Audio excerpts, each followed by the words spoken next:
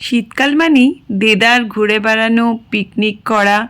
আর আমরাও শীতে প্রচুর ট্রিপ করি, শর্ট ট্রিপ বলো, লং ট্রিপ বলো। তো যাই হোক, আমাদের অনেক দিনের ইচ্ছে ছিল ঝাড়গ্রাম যাব। সৌম্য আমার দুজনেরই ঝাড়গ্রাম ঘোরা নয়, কিন্তু ঝাড়গ্রামের লোকজনই আমাকে বলেছিল যে মনসুন বা উইন্টারে আসুন।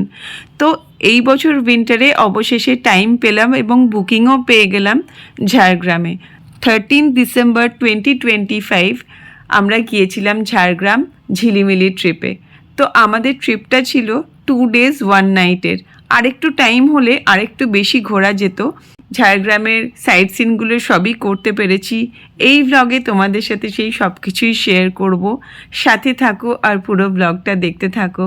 আর যদি তোমাদের ভালো লাগে প্লিজ একটা লাইক করে দিও। আর চ্যানেলে যারা নতুন ভিউয়ার্স, তোমাদের যদি আমার ভিডিওসগুলো পছন্দ হয় আর এরকম নতুন নতুন জায়গার নতুন নতুন ভিডিওস দেখতে ইচ্ছা করে, তাহলে প্লিজ চ্যানেলটাকে সাবস্ক্রাইব করে দিও। Hello and welcome to travel আড্ডা উইথ শ্রী। আজকেও শ্রী আর সৌম্য বেরোচ্ছে। আজকেও একটা উইকেন্ড, 13 ডিসেম্বর 2025। আর আজকে আমরা যাচ্ছি 2 days 1 night-এর জন্য ঝাড়গ্রাম ঝিলিমিলি। তো ঝাড়গ্রাম ঘুরে আমরা ঝিলিমিলিতে স্টে করব আজকে। ঝাড়গ্রাম আমি আগে কোনো দিন যাইনি, তো ভীষণ এক্সাইটেড কি আছে না আছে। মোটামুটি আইডিয়া করেছি এদিক ওদিক থেকে ইনফরমেশন নিয়ে। তো সাথে থাকো, দেখাবো তোমাদেরকে ঘুরে, নিজেও ঘুরবো আর তোমাদের সাথে শেয়ার করব এক্সপিরিয়েন্স। তাহলে সাথে থাকো। এখন বাজে প্রায় 6টা, পৌনে 6টা বাজে ঘড়িতে।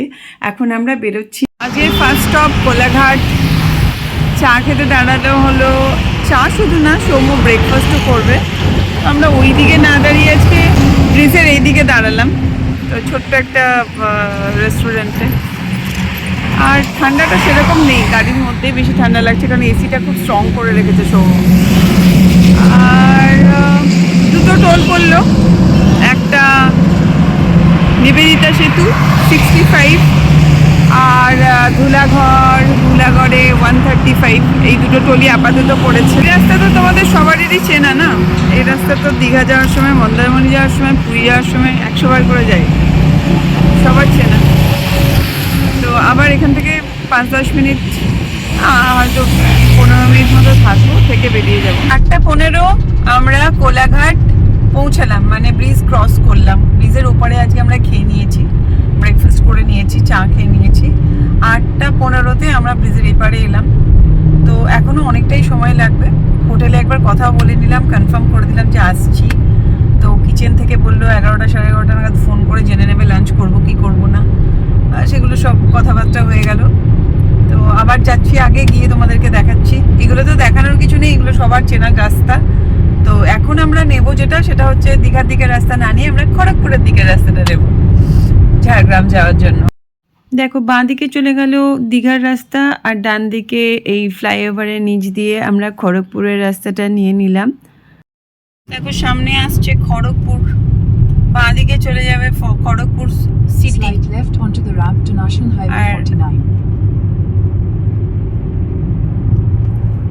আমরা খড়গপুরের দিকে ঢুকছি। আর একটা টোল আসছে এখানে, এটা তোমার মনে হয়, দাঁড়াও জায়গাটা বলে দিচ্ছি আর এটাও বলে দিচ্ছি অ্যামাউন্টটা। ঝাড়গ্রাম যেতে আমাদের 4টে টোল পড়লো, দুটো তোমাদেরকে আগেই বলেছি, রাজচন্দ্রপুর আর ধুলাগড় 65 আর 135। আর ডেবরা পড়লো 80 রুপিস আর বালি ভাষা পড়লো 95 রুপিস।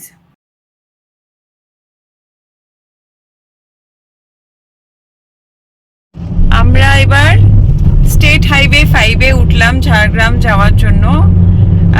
NH-49 ছেড়ে দিলাম, বাঁদিক নিতে হলো। বাঁদিক নিয়ে আমরা এখন স্টেট হাইওয়ে 5 ধরলাম। ঝাড়গ্রাম, এটা হচ্ছে লোধাসলি। প্রথম যাব হচ্ছে ক্রিস গার্ডেন। তো ক্রিস গার্ডেন, রোজ গার্ডেন বা ক্রিস গার্ডেন, এটা যাওয়ার কারণ হচ্ছে 11টার আগে ট্রাইবাল মিউজিয়াম যেটা, সেটা খোলে না।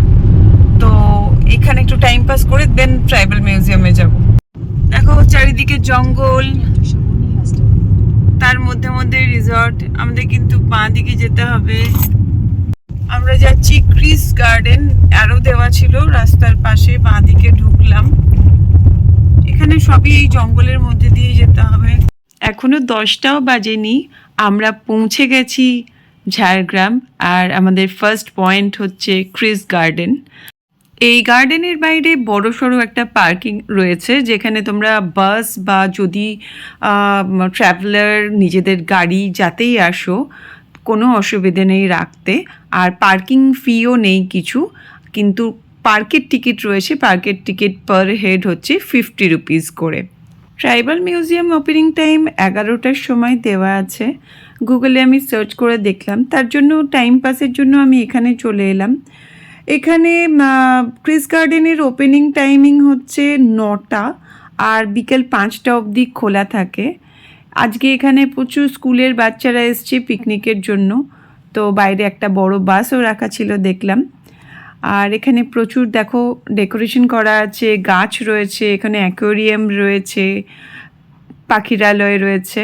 দেখো রোজ গার্ডেন বলে এটাকে, কারণ এখানে প্রচুর গোলাপ গাছ রয়েছে, বাট গোলাপ ফুলগুলো এখনও সব ফোটেনি।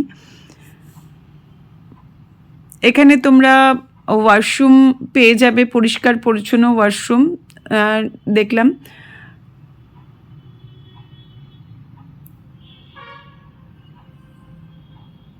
গার্ডেনটাও মনে হচ্ছে দেখে ভালোই মেনটেন করা হয়। আমরা এখন প্রথমে এসেছি ক্রিস গার্ডেনে বা রোজ গার্ডেন, কিন্তু রোজ এখনও হয়নি সেভাবে। এখন ধরো ডিসেম্বর মাসের প্রথম, রোজ হতে হতে ওই জানুয়ারি ফেব্রুয়ারিতে সুন্দর হয়ে যাবে ভালো তখন। এখানে পাখিরালয় রয়েছে, এখানে অ্যাকোয়ারিয়াম রয়েছে।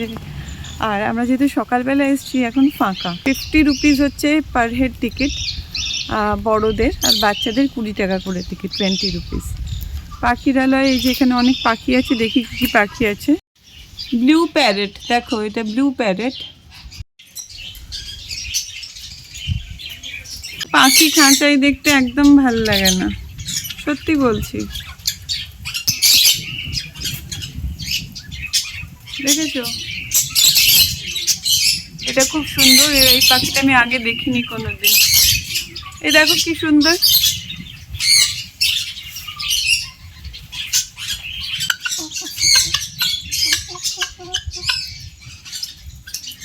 ওদিকে টার্কি রয়েছে।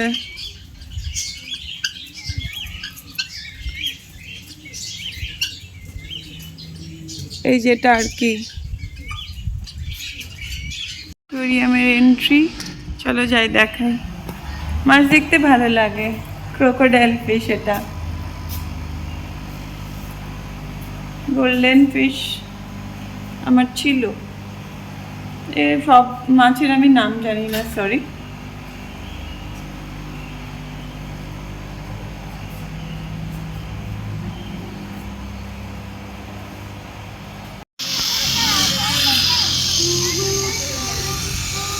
আমাদের নেক্সট হচ্ছে ডেস্টিনেশন ট্রাইবাল মিউজিয়াম, যেটা 11টায় খোলে, যেটার জন্য এখানে টাইম পাস করলাম। ট্রাইবাল মিউজিয়ামটা আমার দেখার ইচ্ছে আছে। ওটা জঙ্গলের মধ্যে, তো এটাও জঙ্গলের মধ্যে, এখানে সবই জঙ্গলের মধ্যে। এখানে পুরোটাই আগে জঙ্গলেই ছিল। তো শালবনি এই জায়গাটার নাম। তো আমরা এখন যাচ্ছি ওখানে, আবার হাইওয়েতে, মানে স্টেট হাইওয়েতে আবার উঠলাম ওই ভেতর থেকে বেরিয়ে। এই জায়গাটা ঠিক আছে টাইম পাসের জন্য, অনেকে পিকনিকও করতে আসে দেখছি। তো যাই হোক, আবার আগে যাই, দেখাচ্ছি তোমাদেরকে আবার স্পটটা। ক্রিস গার্ডেন থেকে ট্রাইবাল মিউজিয়ামের ডিস্টেন্স হচ্ছে গাড়িতে অনলি 15 মিনিটস। আমরা পৌঁছে গেছি ট্রাইবাল মিউজিয়াম। এটা ঝাড়গ্রাম প্রকৃতি পর্যটন কেন্দ্র, এর মধ্যে রয়েছে ট্রাইবাল মিউজিয়াম। তোমরা গুগলে সার্চ করলে দেবে ঝাড়গ্রাম প্রকৃতি পর্যটন কেন্দ্র, না হলে কিন্তু খুঁজে পেতে অসুবিধা হবে যদি তোমরা শুধু ট্রাইবাল মিউজিয়াম দাও। মিউজিয়ামটা তোমাদেরকে ঘুরে দেখাচ্ছি। এখানে কোনো এন্ট্রি ফিস নেই, আর এখানে গাড়ি পার্কিংও একদম ফ্রি।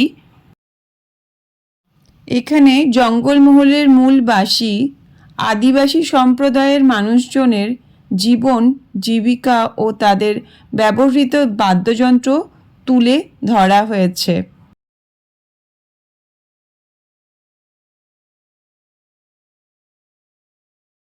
ট্রাইবাল মিউজিয়ামে গরুর গাড়ি থেকে শুরু করে আদিবাসী সমাজের গান বাজনা করার নানান সামগ্রী সংরক্ষণ করে রাখা হয়েছে। রয়েছে আদিবাসী মূলবাসী সমাজের মানুষের নানা সৃষ্টি ও ভাস্কর্য। এটার ওপেনিং টাইম হচ্ছে সকাল 11টা আর ক্লোজিং টাইম হচ্ছে বিকেল 5টা।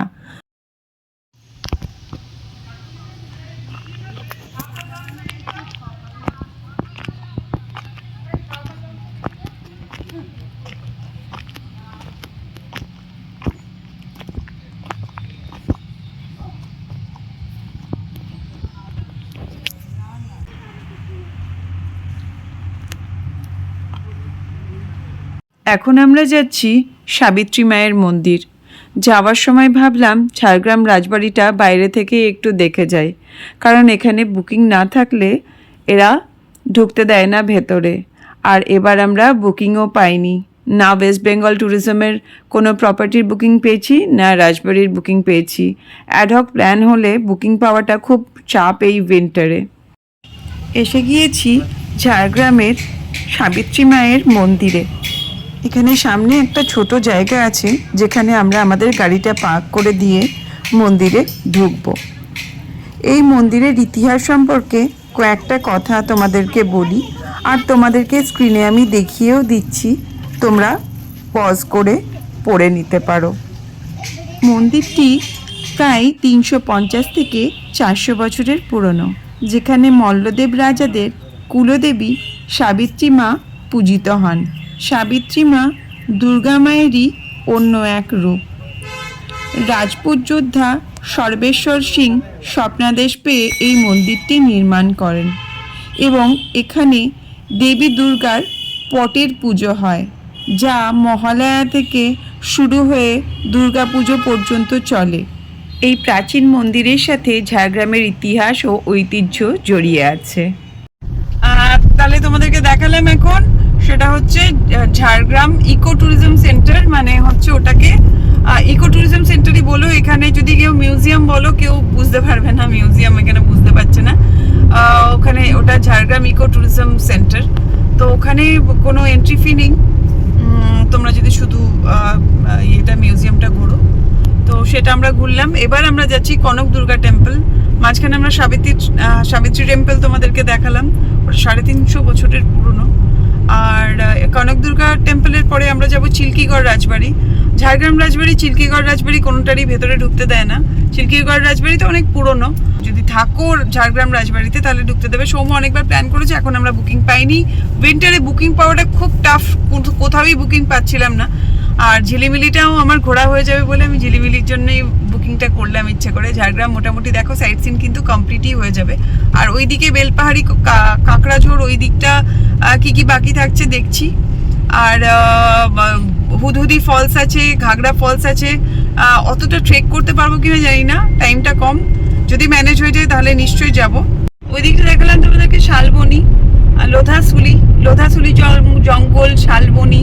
এটা হচ্ছে জামবনি, এটাও দেখিয়ে দিচ্ছি।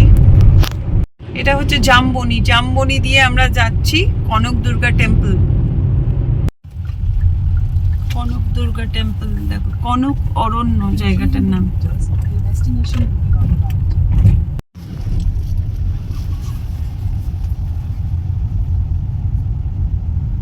Destination is on the right. ভেতরে আছে পার্কিং বোর্ড, থাকবে। এগুলো পপুলার জায়গা, এখানে পার্কিং থাকতেই হবে। এখানে টিকিট কাউন্টার, পার্কিং ব্যবহার করুন। পার্ক করে দিয়ে সেখানে টিকিট কেটে মন্দিরে যেতে হবে। কেটে নাও টিকিট, ঘুরে আসুন বললো তো।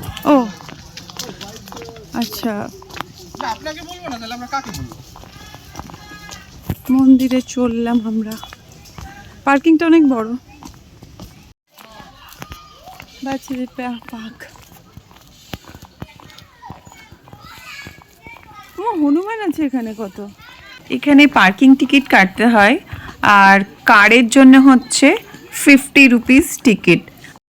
এখান থেকে ডালা কিনে নিয়ে গিয়ে তোমরা মন্দিরে পুজো দিতে পারো, কিন্তু এখানে কিন্তু প্রচণ্ড হনুমান, সেটা তোমাদেরকে সাবধানে থাকতে হবে, কারণ হাত থেকে ওরা ফল বা কোনো খাবার থাকলে সেটা কিন্তু কেড়ে নিতে পারে এবং নেবেও কেড়ে। আমার চোখের সামনেই 2-3 জনকে খাবারের জন্য তাড়াও করেছিল।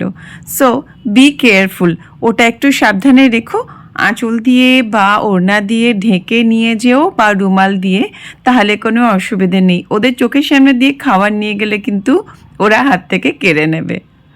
এই হচ্ছে মন্দির। মন্দিরের ভেতরে ক্যামেরা অ্যালাউড না, তোমাদেরকে আমি বাইরে থেকে দেখিয়ে দিচ্ছি। এদিকে হচ্ছে লক্ষ্মীনারায়ণের মন্দির, আর এটা হচ্ছে কনক দুর্গা টেম্পল, আর এখানে একটা ছোট্ট শিব মন্দিরও রয়েছে।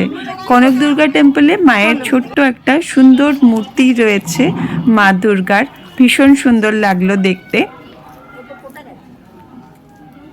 ভীষণ হনুমান এখানে, ভয় লাগছে। এমনি হনুমানগুলো কিছু করে না, বাট ভয় লাগছিল দেখে।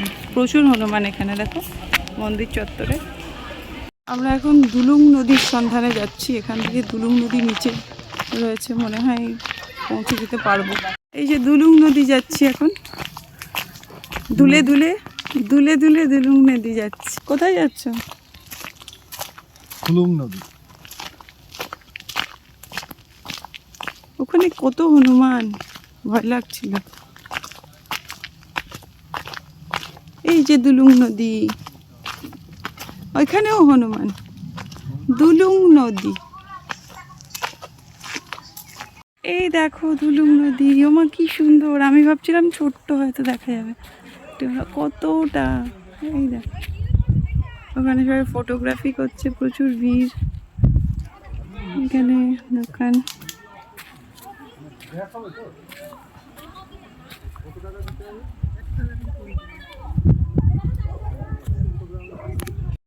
এবার আমরা চলেছি চিল্কিগড় রাজবাড়ির দিকে। চিল্কিগড় রাজবাড়ি একদম কাছে কনক দুর্গা টেম্পল থেকে, আর এই দিক দিয়েই আমরা বেলপাহাড়ি হয়ে চলে যাব আজকে ঝিলিমিলি। তার আগে ঘুরে দেখে নিই চিল্কিগড় রাজবাড়ি। এই রাজবাড়ির ইতিহাস সম্পর্কে কয়েকটা কথা না বললেই না। চিল্কিগড় রাজবাড়ি ঝাড়গ্রামের জাম্বনিতে অবস্থিত ধল পরিবারের প্রাচীন বাসস্থান ছিল এবং এর ইতিহাস চুয়ার বিগ্রহ ও স্থানীয় সামন্ত শাসকদের সঙ্গে জড়িত।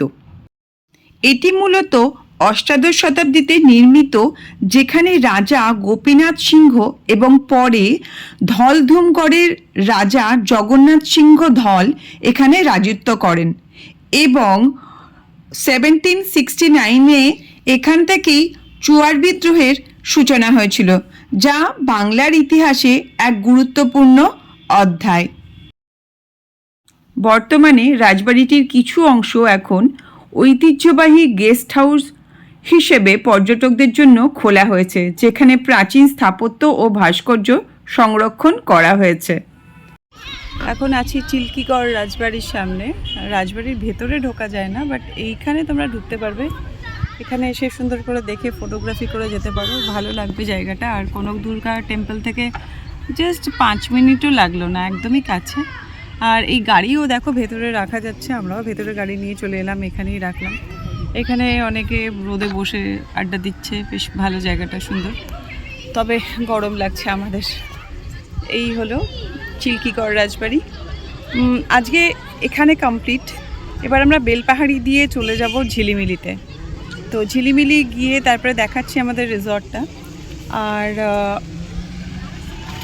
এখানে কমপ্লিট মানে আমি জানি না ওয়াটারফলসগুলো এবারে করতে পারবো কি না, যদি পারি তাহলে সেটা কালকে, আজকে আর হবে না। এখানে একটা কুয়ো আছে, দেখো কুয়োতে জল আছে নাকি দেখি। না, কুয়োতে গাছপালা রয়েছে, কুয়োতে জল নেই। এইরকম ওদিকে একটা মন্দির রয়েছে, মানে প্রচুর লোকের ভিড়। চিল্কিগড় রাজবাড়ি শুধুমাত্র একটি স্থাপত্য নিদর্শন নয়, এটি স্থানীয় ইতিহাস, ঐতিহ্য এবং বাংলার ঔপনিবেশিক শাসনের বিরুদ্ধে সংগ্রামের এক নীরব সাক্ষী। ঝাড়গ্রাম সাইট সিন শেষ হওয়ার সাথে সাথে এই ভ্লগটা আমি এখানেই শেষ করব। পরের ভ্লগে তোমাদের জন্য থাকবে ঝিলিমিলির পার্টটা। ঝিলিমিলিতে কোন রিসর্টে থাকলাম, কিভাবে আমরা ঘুরলাম, কোন কোন জায়গা ঘুরলাম সেই সব কিছু তোমাদেরকে দেখাবো পরের ব্লগে। তাহলে আজকের মতো সবাইকে বাই বাই করে এই ব্লগটা আমি এখানেই শেষ করছি। তোমাদের যদি ভালো লাগে অবশ্যই একটা লাইক করে দিও। Bye bye.